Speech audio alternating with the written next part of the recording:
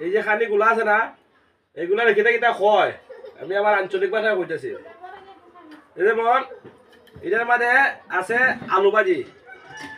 আমরা কই কিতা ধরুন এটারে আলু বিরান কট্টা এটার নাম হইলো কট্টা কট্টার মধ্যে আলু বিরান এইতে গেলে একটা কট্টা বাটিও কই তো এটা সালাদ এটারে কিতা কই জানো নি টমেটো ভর্তা আর ওই যে এটার মধ্যে আছে এটা হইলো আলু আর মাংস আলু আর গুস ওটা এটা চিপ আর ওই যে পাতলা দেখা যাইতেছে না এটা কি দাদা রে এটা হলো সুরা সুরা আর বাতটা নকলি বাতি হয় চিপ